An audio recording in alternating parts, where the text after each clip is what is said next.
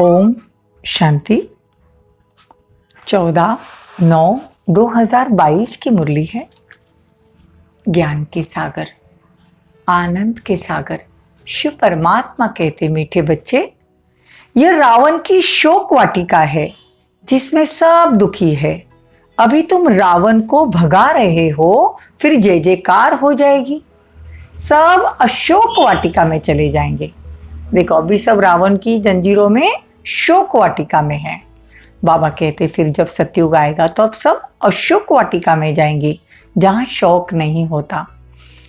प्रश्न है, प्रजा में भी उच्च पद किस आधार पर प्राप्त कर सकते हो, उसका मिसाल कौन सा है? बहुत गहन बात बाबा बता रहे हैं। प्रजा में भी उच्च पद पाने के लिए जो भी चावल मुट्ठी तुम्हारे पास है, वो सब सुदा में मिसल बाप के हवाले करो। दिखाते हैं ना, सुदामा ने चावल मुट्ठी दी तो महल मिल गए। बाकी राजाई पद के लिए तो तुम्हें अच्छी रीति पढ़ना है, पूरा पवित्र बनना है, अपना सब कुछ इंश्योर कर देना है। बहुत आत्माएं पवित्र नहीं रह सकती, या फिर पढ़ाई रोज नहीं पढ़ती है दिल से, या नहीं पढ़ सकती, तो बाबा आज उसका भी रास्ता बताते हैं कि अगर आपको प्रजा में आना है, सतयुग में प्रजा में भी अच्छा पद पाना है, तो अपने पास जो भी है वो बाबा के पास इंश्योर करो। मतलब जो भी अपने से हो सकता है, तन मन धन से हम बाबा की सेवा कर सकते हैं। बाकी हम बाबा को कोई दान नहीं कर सकते हैं, बाबा तो दाता है। हम अगर कुछ देते भी है तो वो कहते हैं कि हम अपना ही इंश्योर करते हैं, अपना पैसा इंश्योर करते हैं, जो सतयुग में हमको वापस मिलता है। बाकी बाबा तो दाता है। इसीलिए कहते हैं कि जितना हो सके परमात्मा की याद रहकर, जितना हम बाबा की याद में तन मन धन सफल करते हैं, तो हमको प्रजा में ऊंच पद मिल जाता है। गीत है, आखिर वह दिन आया आज। ओम शांति। प्रजापिता ब्रह्मा बाबा, उनके तन में शिव बाबा आते हैं और आकर हमको ज्ञान सुनाते हैं। परमपिता परमात्मा तो खेवैया है ना। खेवैया बोटमैन को कहा जाता है। बोट में नाव, बोट मतलब नाव, नाव में बिठाकर उस पार ले जाते हैं, तो बाप खेवैया हो गया। उस पार ले जाने वाला झूठ खंड में ही झूठी कमाई है, सच खंड के लिए सच्ची कमाई है। वो है झूठी कमाई। अभी भारत पतित है ना। भारत भी कितना बड़ा है, दुनिया भी कितनी बड़ी है। बच्चों की बुद्धि में रहता है पुरानी दुनिया में पुराना भारत, कल का भारत अथवा कल की दुनिया क्या होगी, ये मनुष्य नहीं जानते। मनुष्य कुछ भी नहीं जानते। कितने खंड है, कल जरूर भारत ही होगा, बाकी सब विनाश हो जाएगा। देवी राज्य होगा, वहां सोने की द्वारिका होगी। गोया भारत में कृष्णपुरी होगी, लंका नहीं होगी। लंका तो रावण राज्य को कहते हैं, लेकिन सोने की द्वारिका होगी। बाबा आज क्लियर कर रहे हैं। भारत द्वारिका बन जाता है जिसको कृष्णपुरी कहते हैं। द्वारिका होती है भारत में, भारत सोने का हो जाता है। द्वारिका भी एक राजधानी हो जाती है। कहते यमुना नदी पर दिल्ली परिस्थान था, श्री लक्ष्मी नारायण जहां रहते थे। देखो, ये पहले जन्म की बाबा बात कर रहे। यमुना नदी पर दिल्ली में बाबा कहते परिस्थान बनेगा, जिसमें लक्ष्मी नारायण राज्य करेंगे। और द्वारिका में फिर दूसरी राजधानी होगी। द्वारिका में जब राज्य होता है तब लक्ष्मी नारायण नहीं होते, वो नाम रूप नहीं रहेगा। नाम रूप और समय बदल जाता है, वहां फिर दूसरे राज्य होता है। कैपिटल यमुना का किनारा है, वहां फिर दूसरी राजाई नहीं होती। अभी तुम सब बातें जानते हो। ये सारी पुरानी दुनिया, भारत सही जो कुछ भी है, ये सब स्वाह होने वाला है।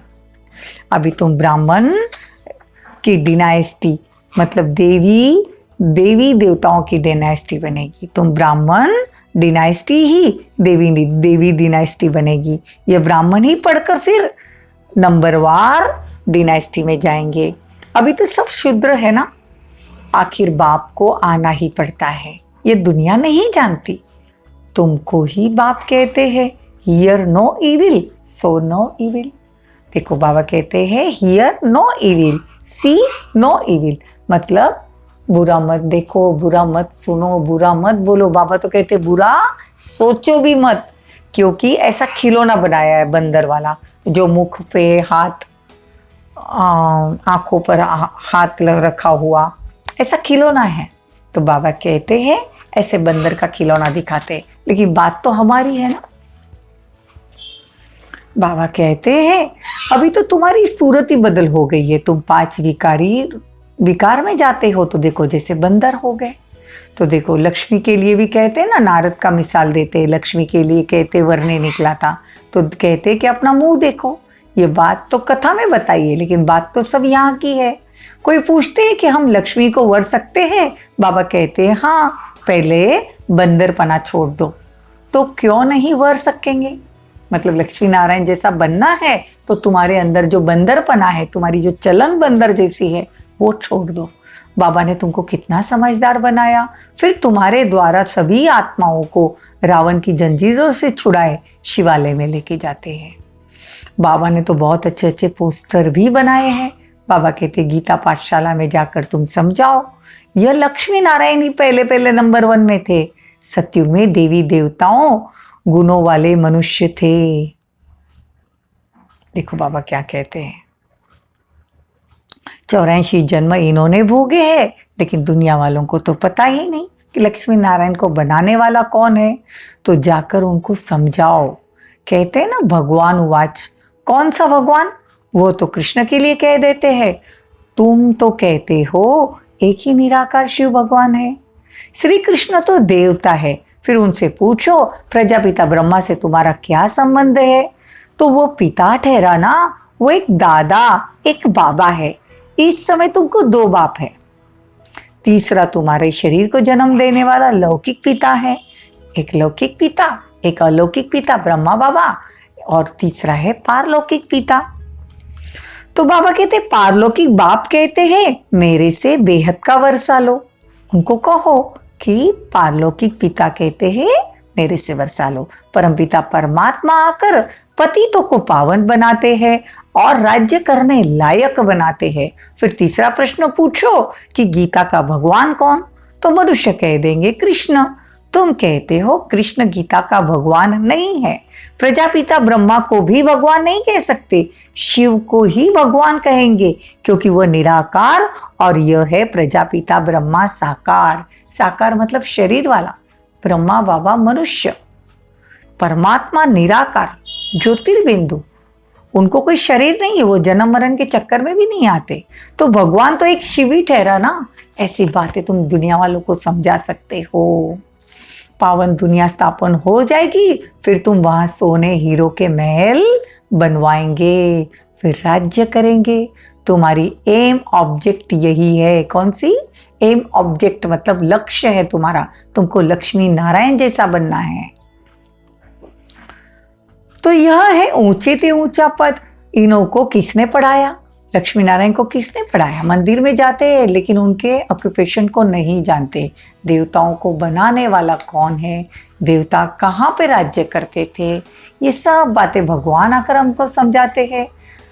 सृष्टि के आदि मध्य अंत का ज्ञान भगवान हमको देते हैं।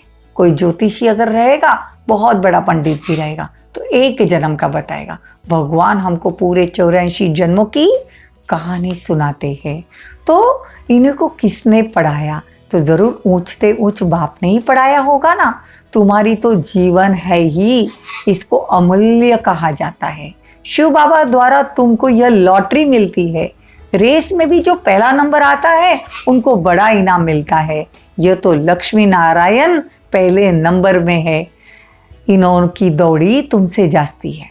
हम पुरुषार्थ करते, इससे ज्यादा भी ब्रह्मा और मम्मा ने पुरुषार्थ किया। पहले नंबर में ही ब्रह्मा, फिर सरस्वती। इसको योग बल की दौड़ी कहा जाता है। बाबा ने समझाया है, सतयुग में पहले लक्ष्मी फिर नारायण कहेंगे। यहाँ तो सरस्वती ब्रह्मा की बेटी है ना, इसीलिए सरस्वती ब्रह्मा नहीं कहेंगे, पहले ब्रह्मा फिर उसकी बेटी सरस्वती। जगत पिता जगत माता कहेंगे। तो यह फिर सतयुग में जाएंगे तो नाम बदली हो जाएंगे, पहले लक्ष्मी फिर नारायण, यहाँ ब्रह्मा फिर सरस्वती। देखो कैसी गुह्य बातें बाबा समझाते हैं।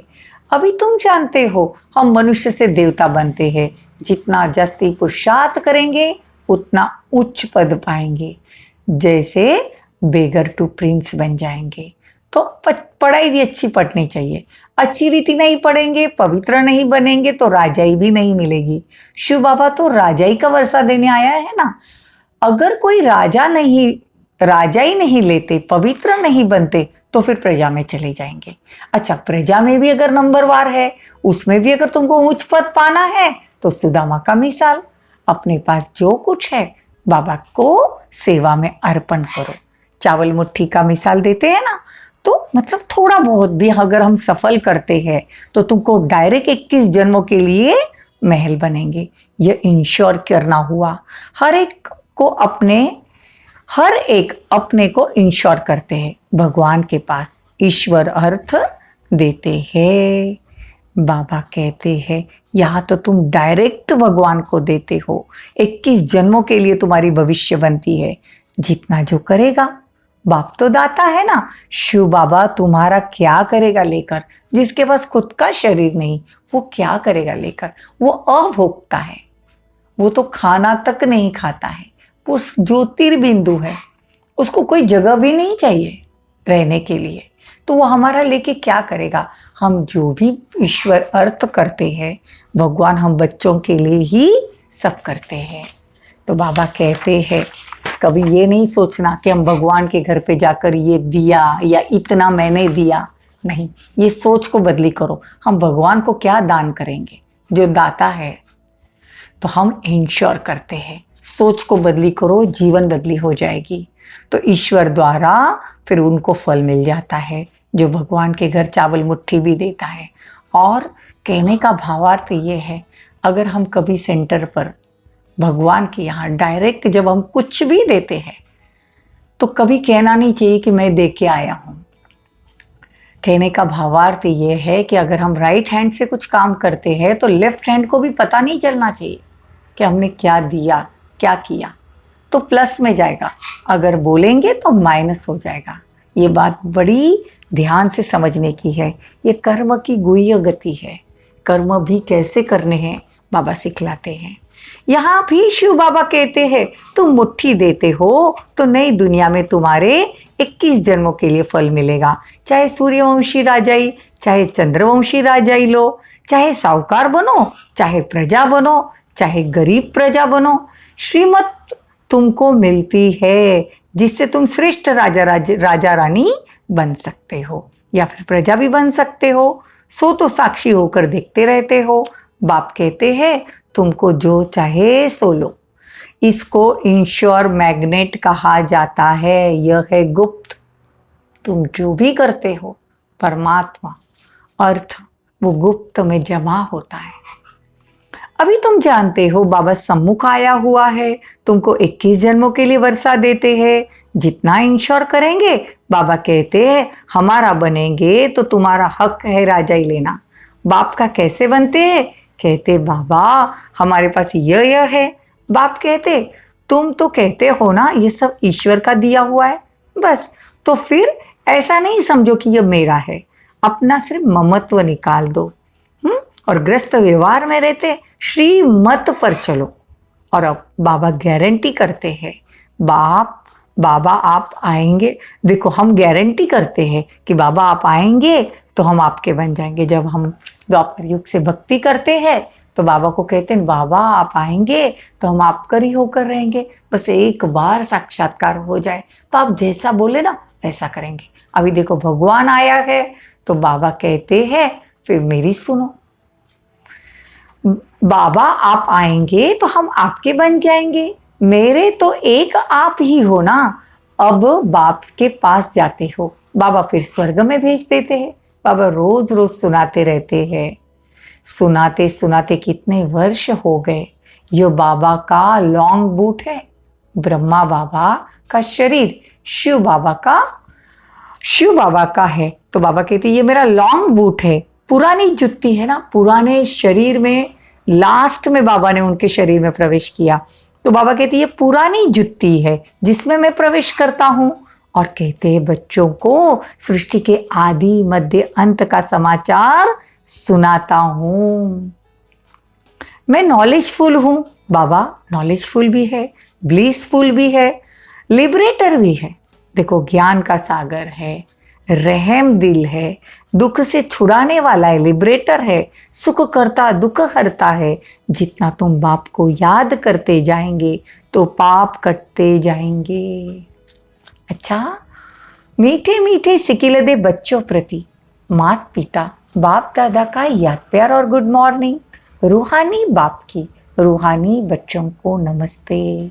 हम रूहानी बच्चों की रूहानी माता पिता बाप दादा को याद प्यार गुड मॉर्निंग नमस्ते, थैंक यू, बहुत बहुत शुक्रिया।